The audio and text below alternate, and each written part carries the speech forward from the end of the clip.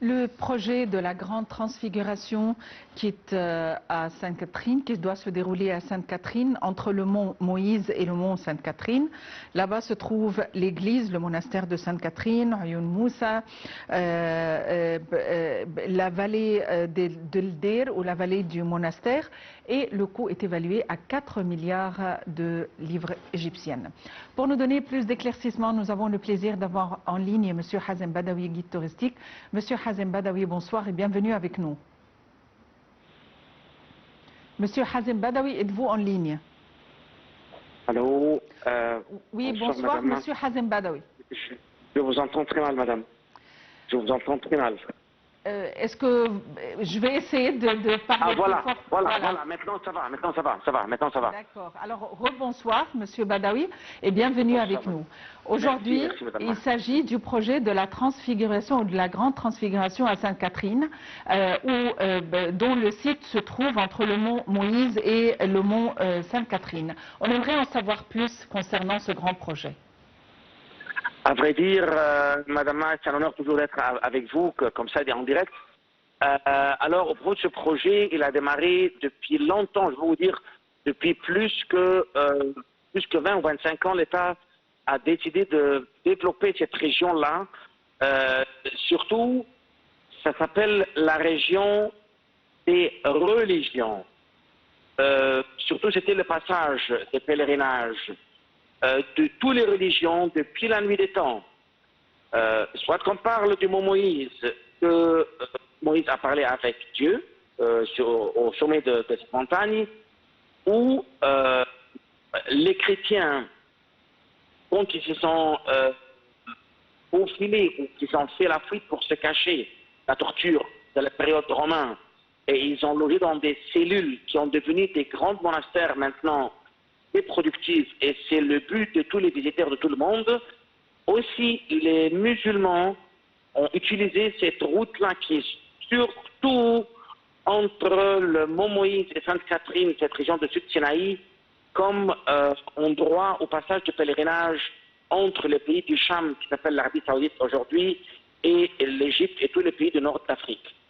Donc l'État a commencé à mettre cet endroit-là à la hauteur qui peut accueillir tous les touristes, tout le monde, et ils ont changé complètement l'entrée du mont Moïse, Sainte-Catherine, au niveau des hôtels, au niveau des routes goudronnées, au niveau du tout. Le fait que je l'ai visité il y a quelques mois, c'était difficile pour moi à atteindre le monastère, malgré que je connaissais la route très très bien. Donc, ça c'est pour le niveau de l'infrastructure. Vous voulez que je parle du côté historique ou vous avez d'autres questions? Évidemment, tout ce qui a trait au projet.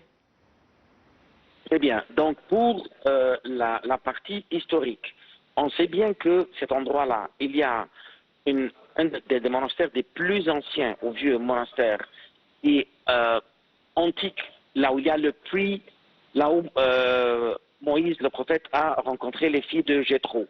Il y a le puissant ardent. Il y a des icônes qui n'existent nulle part que dans un musée qui était inauguré exprès par les moines récemment. Il y a des livres dans la bibliothèque de ce monastère qui n'existent même pas à la plus grande bibliothèque du monde au Vatican. Juste de cette partie-là des religions juifs et chrétiens, ça c'est une chose. Du côté musulman, il y a comme un accord de passage paisiblement qui est signé, comme on l'appelle, la main de Fatima. Quand les musulmans ont passé par là, bon, bien sûr, il rend cette liste ou ou ce document-là. À l'époque du prophète, le prophète n'a jamais visité l'Égypte, mais c'est à l'honneur que l'islam toujours honore et protège toutes les autres religions et respecte toutes les religions surtout. Donc, cet endroit-là, si vous vous souvenez même, l'ex-président Anwar el-Sadat, il a parlé de ça, il appelé le complexe des religions. Donc c'est un endroit, au niveau archéologique, je parle de cette partie seulement du monastère. Si on parle un peu sur un cercle plus large, on va voir qu'il y a Il existe jusqu'à maintenant plein de mines de lapis lazuli, là où il y a de l'époque des pharaons de l'ancienne Égypte, dans cette région-là, du sud Sinaï, même qui atteint le long du Suez, et il y avait dans cette région-là le canal de Sisostris qui liait entre le Nil et la mer Rouge. C'était comme premier projet d'un canal. Je ne vais pas maintenant aller encore plus loin jusqu'à Ismailia, il vient d'inaugurer un nouveau musée, mais je reviens de nouveau à Sainte-Catherine, à cette région-là. Cette région-là, il est déjà, sans que l'État modifie tout cet endroit-là, il est un but essentiel pour les touristes, même au pire des moments de crise, à cause des guerres dans la région, ou même le Covid, c'est parmi les premières régions qui est demandée sur le plan touristique des touristes pour venir les visiter. Monsieur Hazem Badawi, j'ai lu aussi qu'il s'agissait d'un hôtel qui sera construit sur la montagne. Est-ce que c'est un projet qui va se faire récemment? Bon, sur la montagne... prochainement, je veux dire. Oui, oui, à vrai dire, je ne peux pas confirmer si vous avez dit sur la montagne. Parce que la montagne même, ou les montagnes qui sont dans cet endroit-là, normalement, ce n'est pas autorisé qu'on construit dessus. Mais alentour, oui, il y a déjà une grande partie qui était construite. Même pas juste hôtel, c'est comme un village vacances, mais juste pour accueillir la quantité énorme qui vient. Parce que c'est vrai qu'il y avait plusieurs hôtels dans la région, mais ce n'était pas assez suffisant durant la saison haute. Vous voyez ce que je veux dire? Mais sur la montagne, ça, je ne suis pas au courant. Parce que même, je trouve que c'est quand même dur d'atteindre ou de faire. Il y a déjà un hôtel, conseil parlement qui existe là-bas, c'est juste au pied de la montagne. Ça, depuis plus que 15 ans, il existe. Mais pour l'avenir, je ne suis pas au courant. Monsieur Badawi, cette ville a une grande énergie en matière de spiritualité. On ressent certain attachement vers ce sol. Et aussi, ça concerne les gens de toutes les confessions monothéistes. Mais il y a encore une grande culture au niveau des Bédouins et des habitants originaux, je veux dire les habitants, les Bédouins, ceux qui ont la science et la sagesse à communiquer, notamment en ce qui concerne la médecine pharmaceutique provenant des plantes médicinales qu'ils collectent à la montagne et autres. Exactement, exactement. Alors, c'est un sujet encore très profond. Je peux te dire que, bon, je vais commencer par la dernière partie de votre question, que le côté thérapeutique avec les herbes naturelles et tout ça, bien sûr, il y a des différentes sortes à ce propos. J'étais dans le désert de l'Est juste hier, je viens de rentrer, et mon tour, c'était autour de ces plantes-là, ou ces petits buissons, qui descendent comme la menthe, mais c'est pas de la menthe, bon, on l'appelle menthe comme ça, mais il a un autre nom chez les Bédouins.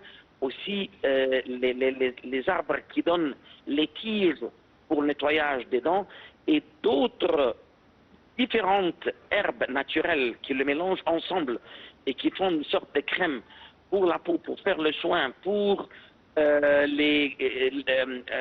qu'on appelle pour les articulations.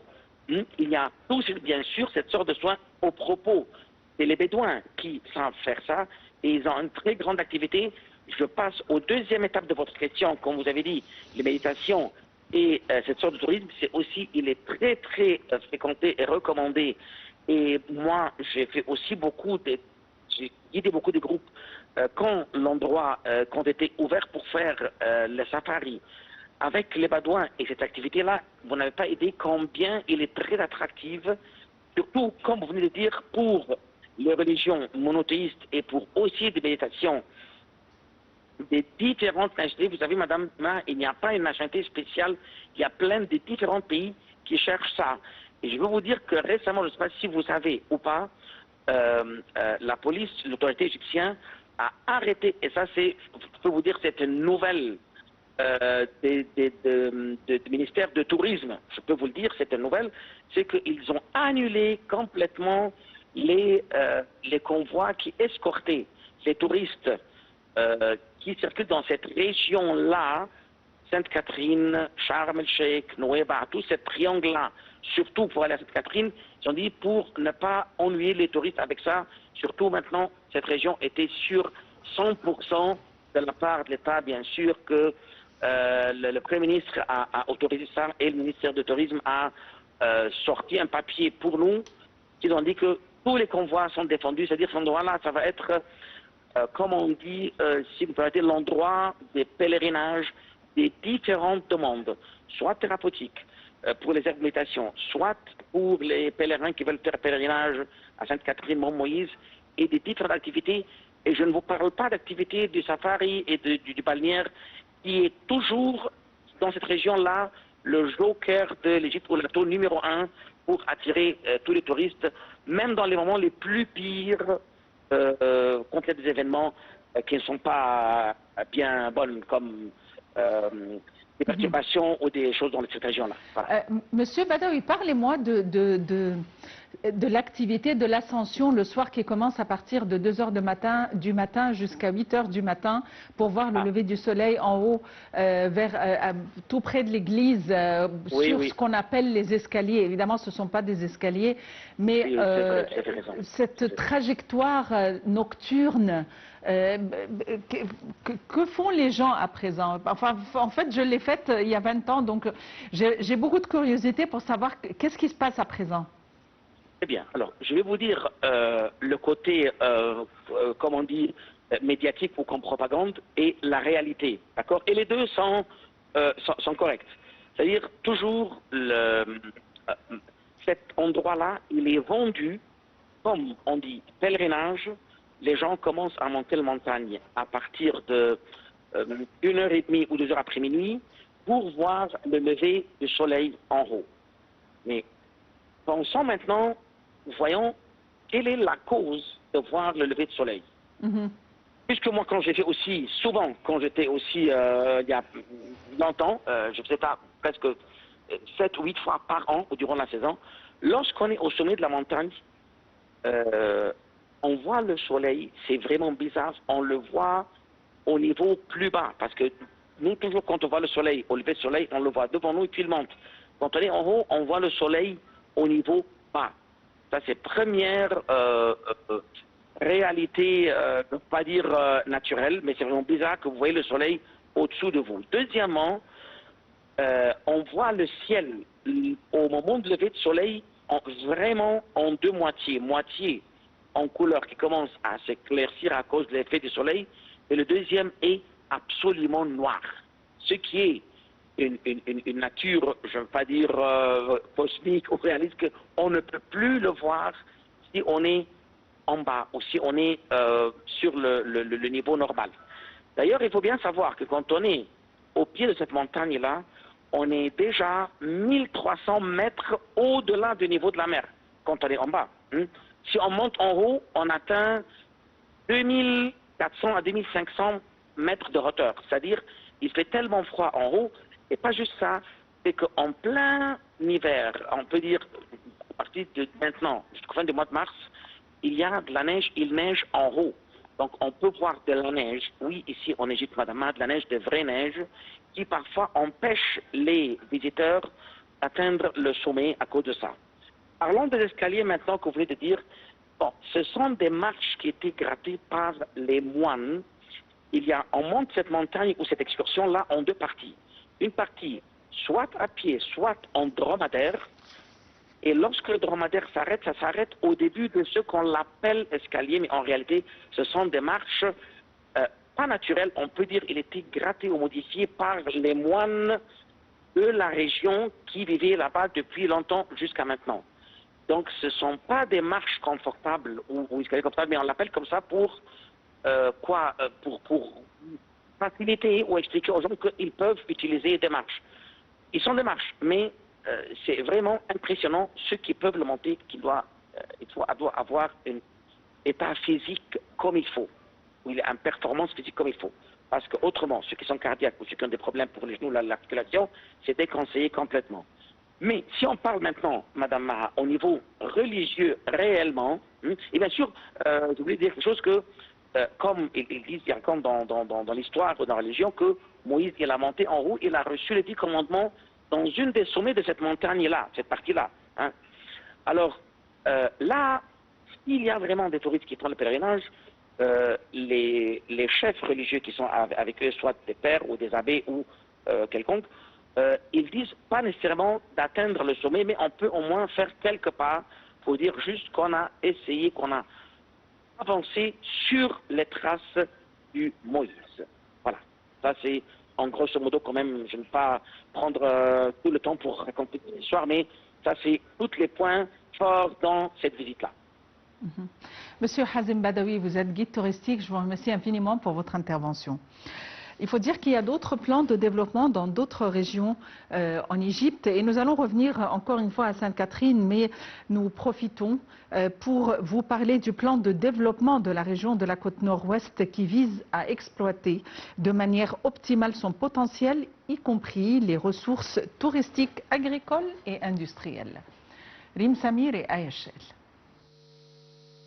L'un des objectifs stratégiques du développement régional